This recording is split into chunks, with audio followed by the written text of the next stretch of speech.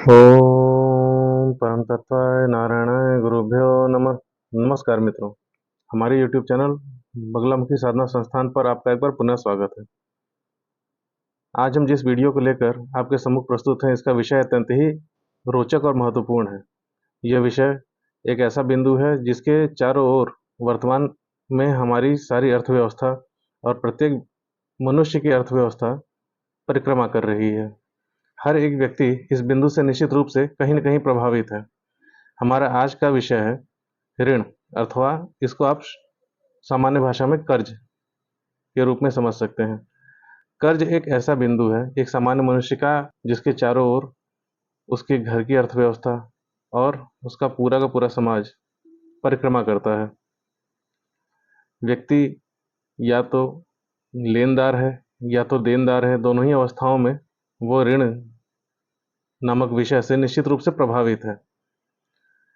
हमारे शास्त्रों में 3 प्रकार के ऋणों का वर्णन है: गुरु ऋण, देव ऋण तथा पितृ ऋण। इन 3 ऋणों के संबंध में शास्त्रों में विविध विधान है। और इन ऋणों के अतिरिक्त जो चौथा ऋण है, धन रूपी ऋण, इस ऋण से किस प्रकार मुक्ति पाई जाए, किस प्रकार इससे निदान पाया जाए, इस विषय पर हमारा आज का वीडियो पूरी तरह से केंद्रित है। और हम अपने ऋण के भुगतान के लिए आध्यात्मिक रूप से क्या सहयोग प्राप्त कर सकते हैं, साधना मार्ग से हमें अपने ऋण के भुगतान में क्या सहयोग प्राप्त होता है, इन विषयों को ही हम आज के अपने इस वीडियो में लेकर चर्चा करेंगे। चलिए आरंभ करते हैं। मित्रों, प्रत्येक व्यक्ति ऋण से पूर्ण रूप से प्रभावित है। हमारा आज का जो भौतिक जगत है, ये पूर्ण रूप से भौतिकवादी है। और भौतिकवादी जगत में विभिन्न भौतिक वस्तुओं की प्राप्ति के लिए व्यक्ति को अनेक संसाधन जुटाने पड़ते हैं।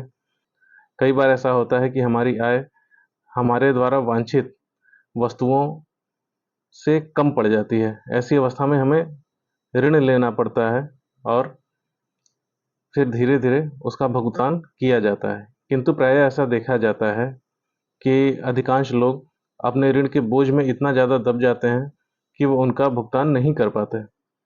ऐसी अवस्था में वह ऋण धीरे धीरे उनके ऊपर एक बोझ के रूप में बढ़ते चला जाता है और अंत में कहीं न कहीं उनको एक गहरा आघात मानसिक, आर्थिक अथवा सामाजिक निश्चित रूप से पहुंचा ही देता है। ऋण का भुगतान करने में आध्यात्मिक रूप से किस प्रकार से सहायता ली जाए, इससे पूर्व हमें यह जानना आवश्यक है कि ऋण का कारण क्या है। हमारे सौर मंडल में 9 ग्रह हैं और हमारे ज्योतिष शास्त्र में भी 9 ग्रह हैं। इन 9 ग्रहों में मंगल एक ऐसा ग्रह है जो ऋण का मालिक है। मंगल के माध्यम से ही व्यक्ति को ऋण प्राप्त होते हैं और ऋण का भुगतान होता है। यदि व्यक्ति का मंगल अनुकूल है तो व्यक्ति को आसानी से ऋण प्राप्त भी हो जाता है और आसानी से व्यक्ति ऋण का भुगतान कर भी देता है। लेकिन यदि मंगल किसी भी अवस्था में विपरीत है, अस्त है अथवा वक्री है या प्रतिकूल है, इन समस्त अवस्थाओं में व्यक्ति को ऋण भी कठिनाई से प्राप्त होते हैं। और यदि ऋण प्राप्त भी हो जाए तो उनका भुगतान अत्यंत ही कठिनाई से होता है। और कई बार तो ऐसा होता है व्यक्ति ऋण चुका भी नहीं पाता और उस ऋण के बोझ तले व्यक्ति आत्मघाती कदम भी उठा लेता है। किंतु इसका नतीजा ऐसा बिल्कुल नहीं होता कि वो ऋण क्षम्य हो गया, वो ऋण माफ़ नहीं होता, बल्कि व्यक्ति को पुनः अगले जन्म में उस ऋण को भुगतान करने के लिए विभिन्न प्रयत्न करने पड़ते हैं। ये मंगल का अपना सिस्टम है, मंगल का अपना न्याय है।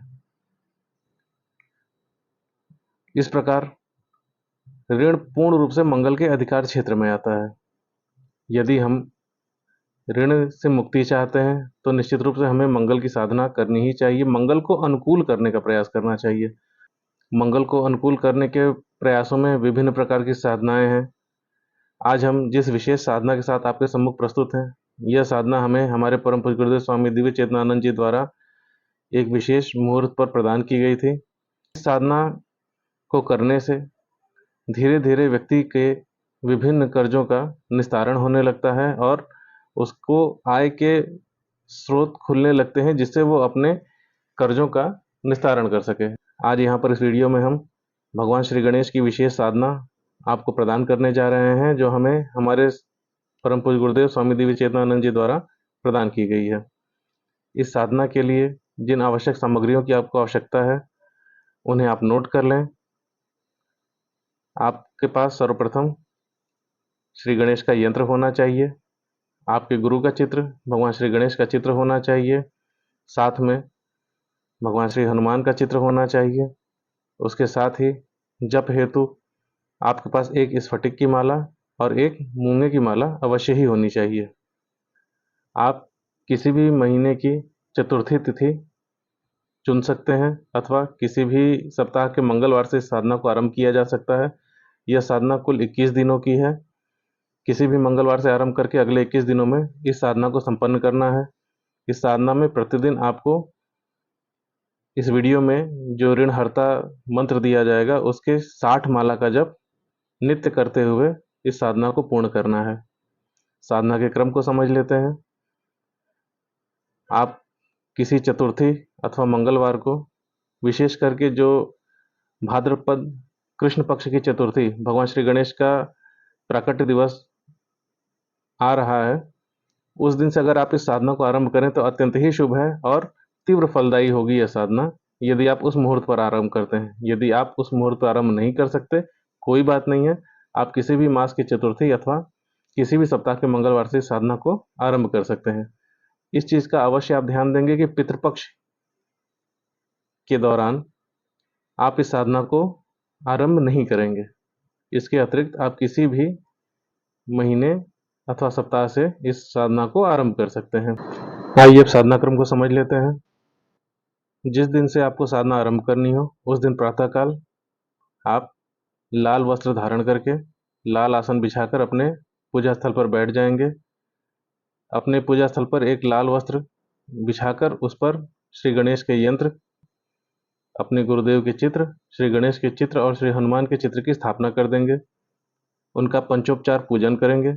इसके पश्चात आप संकल्प लेंगे कि हे भगवान, अपनी अमुक कर्ज के निस्तारण के लिए मैं अपना नाम और गोत्र बोलते हुए आज इस दिन पर, जो भी दिवस हो उस दिन उसका नाम लेते हुए संकल्प लेंगे कि जो साधना प्रदत्त की गई है इस वीडियो के माध्यम से, वह साधना संपादित करने जा रहा हूँ। हे ईश्वर, हे भगवान श्री गणेश, हे हमारे गुरुदेव, कृपया हमारी साधना को पूर्ण रूप से सफल करें और अगर इस साधना में हमसे किसी प्रकार की कोई त्रुटि हो जाए उसके लिए हमें क्षमा करने की कृपा करें। यह संकल्प लेकर इसके पश्चात आप जप क्रम के लिए तैयार हो जाएंगे। जप का क्रम इस प्रकार है। सर्वप्रथम आप गुरु मंत्र का जप करेंगे। यहाँ पर गुरु मंत्र होगा ओम परम तत्वाय नारायणाय गुरुभ्यो नमः। मंत्र फिर से एक बार सुन लें। ओम परम तत्वाय नारायणाय गुरुभ्यो नमः। यह मंत्र आपको स्फटिक की माला से करना है। 4 माला मंत्र आपको करने हैं। इसके पश्चात आप 1 माला गणेश मंत्र का जप करेंगे। यह जप भी आपका स्फटिक की माला से होगा और मंत्र होगा ओम गंग गणपतये नमः। इसके पश्चात आप 1 पाठ काल भैरवाष्टक और 1 पाठ श्री हनुमान चालीसा का पाठ करेंगे। इसके पश्चात आपकी जो भी इष्ट देवता हैं उनका आप जप करेंगे, कम से कम 4 माला। इसके बाद आप भगवान श्री गणेश के ऋणनाशक मंत्र का 60 माला जप करेंगे। यह जप आपका मूंगे की माला से होगा और मंत्र है ओम गणेश ऋणम छिंदी वरेण्यम हुम फट। इस मंत्र का आप नित्य 60 माला जप करेंगे और 21 दिनों तक आप इस क्रम को निरंतर करते रहेंगे। जप के पश्चात आप 1 पाठ ऋणहर्ता गणपति स्तोत्र का पाठ करेंगे और 1 पाठ ऋणहर्ता मंगल स्तोत्र का पाठ करेंगे। 22वें दिन आपने जितना भी कुल मंत्र जप किया है उसका दशांश जप और कर लेंगे। इसके पश्चात आप हवन करेंगे। हवन में हवन सामग्री के साथ साथ गुड़, पंचमेवा, घी और लड्डू की प्रधानता होगी। इन वस्तुओं को आप हवन सामग्री में निश्चित रूप से मिश्रित करेंगे। आम की लकड़ी पर आप आहुतियाँ प्रदान करेंगे। आपने जितना भी जप किया था उसका दशांश जो आपने जप किया था, उस दशांश जप के दशांश का आप हवन करेंगे। इसके पश्चात आप तर्पण एवं मार्जन की क्रिया करेंगे। यदि आपको तर्पण एवं मार्जन नहीं आता, कोई बात नहीं है। आपने जो दशांश हवन किया है उसके दशांश आप ब्राह्मण भोजन के लिए दक्षिणा निकाल के रख लेंगे और अगले दिन प्रातःकाल किसी गणेश मंदिर में जाकर वो दक्षिणा प्रदान कर देंगे और भगवान श्री गणेश का चरण स्पर्श करके अपनी साधना की सिद्धि एवं सफलता के लिए आशीर्वाद प्राप्त करेंगे।